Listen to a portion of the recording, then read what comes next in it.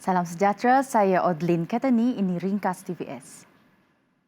Hospital Umum Sarawak HUS tersenarai antara 8 hospital di bawah Kementerian Kesihatan KKM yang bakal menjalankan ujian klinikal fasa ketiga vaksin COVID-19 dari China. Ketua Pengarah Kesihatan Tan Sri Dr. Noor Hisham Abdullah berkata, pusat ujian klinikal yang lain membabitkan Hospital Ampang, Hospital Sungai Buloh, Hospital Pulau Pinang, Hospital Seberang Jaya, Hospital Taiping, Hospital Sultanah Bahia dan Hospital Raja Permaisuri Bainun. So far, we have not received any phase 3 clinical trial reports, but the Ministry of Health will embark on a phase 3 clinical trial that is using the inactivated virus vaccine that is developed by the Institute of Medical Biology, Chinese Academy of Medical Sciences in Beijing. Beliau berkata demikian pada sidang media mengenai COVID-19 pada Jumaat. Noor Hisham berkata ujian berkenaan bertujuan untuk mengkaji lebih terperinci mengenai keselamatan dan keberkesanan vaksin dalam populasi Malaysia. Beliau turut berharap menjelang 10 Disember, Jawatankuasa Penyelidikan dan Etika Perubatan MREC akan mengkaji undang-undang dan etika penyelidikan yang menurutnya setelah diluluskan, Malaysia mungkin dapat memulakan ujian tersebut pada akhir bulan ini atau tahun depan. Jelasnya, kajian berkenaan didaftarkan dengan Daftar Penyelidikan Perubatan Kebangsaan NMRR dan akan dilakukan oleh penyelidik utama PI dari KKM dengan bantuan Organisasi Penyelidikan Klinikal CRO tempatan. Untuk rekod, data untuk ujian klinikal fasa 1 dan 2 di China menunjukkan bahawa vaksin itu selamat dan dapat menghasilkan tindak balas antibodi yang baik dan mencukupi untuk memerangi virus tersebut. Setakat ini, katanya, bahagian Regulatory Farmasi Negara NPRA sedang melihat profil keselamatan vaksin sebelum memberikan lesen import percubaan klinikal CTIL yang diperlukan untuk membawa masuk produk farmaseutical untuk ujian klinikal. Baik, seterusnya setakat Jumaat, sebanyak 8 kluster baharu telah dikesan di mana kesemua kluster baharu ini melibatkan negeri-negeri di semenanjung Malaysia. Sementara itu, Sarawak kekal dengan 6 kluster yang masih aktif, antaranya kluster besi, kluster seladah, kluster Jalan Ebel, kluster Green Hill, kluster Wisma Sabekas dan kluster Haji Baki.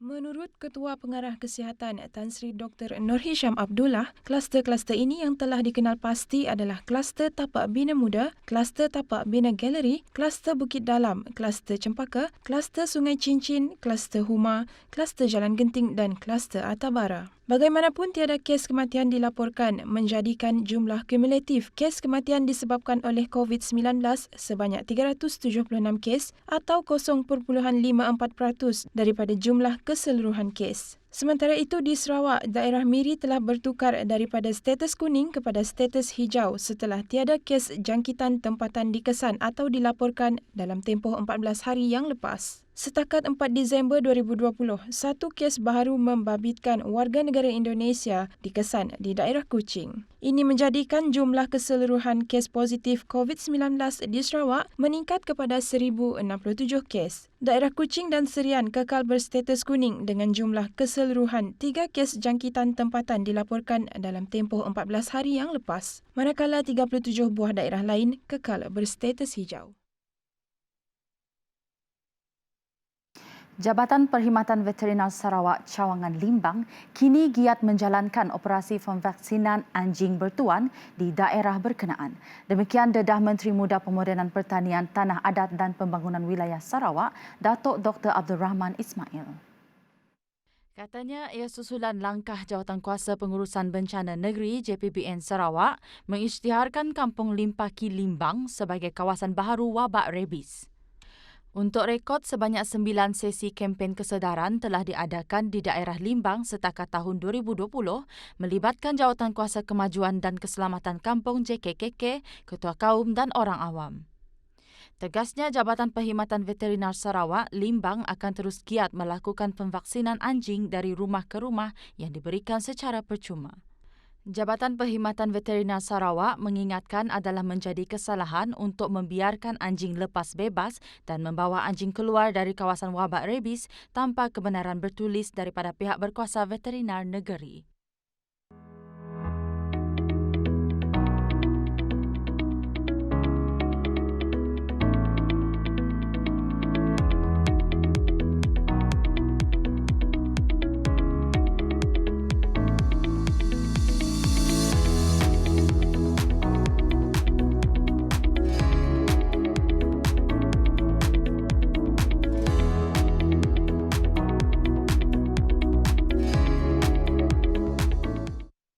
bertemu kembali. Tiada kompromi dalam setiap salah laku rasuah. Demikian penegasan Menteri di Pejabat Ketua Menteri, Integriti dan Ombudsman, Datuk Talib Zulkifli. Katanya Kerajaan Sarawak terus komited dan serius dalam membantras isu ketirisan perolehan dalam agensi kerajaan melibatkan penjawat awam. Usaha ini dikukuhkan dengan penempatan 94 pegawai integriti bertauliah CEIO di setiap agensi kerajaan. CEIO yang bertugas mempunyai peranan yang sangat penting bagi menapis amalan bercanggah dengan prinsip integriti dalam setiap organisasi terlibat. Kita di Sarawak mahukan tahap integriti dan corporate governance yang tinggi. Apa impaknya?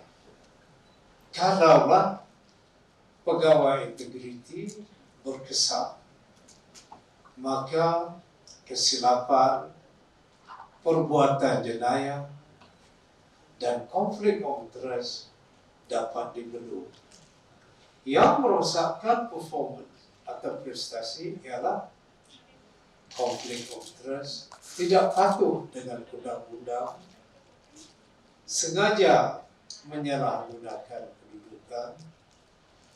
Yang kita mahu semua jabatan patuh dengan undang-undang dan peraturan. Beliau berkata demikian pada seminar pemantapan pegawai integriti bertauliah CEIO dan Unit Integriti Negeri Sarawak di Kuching.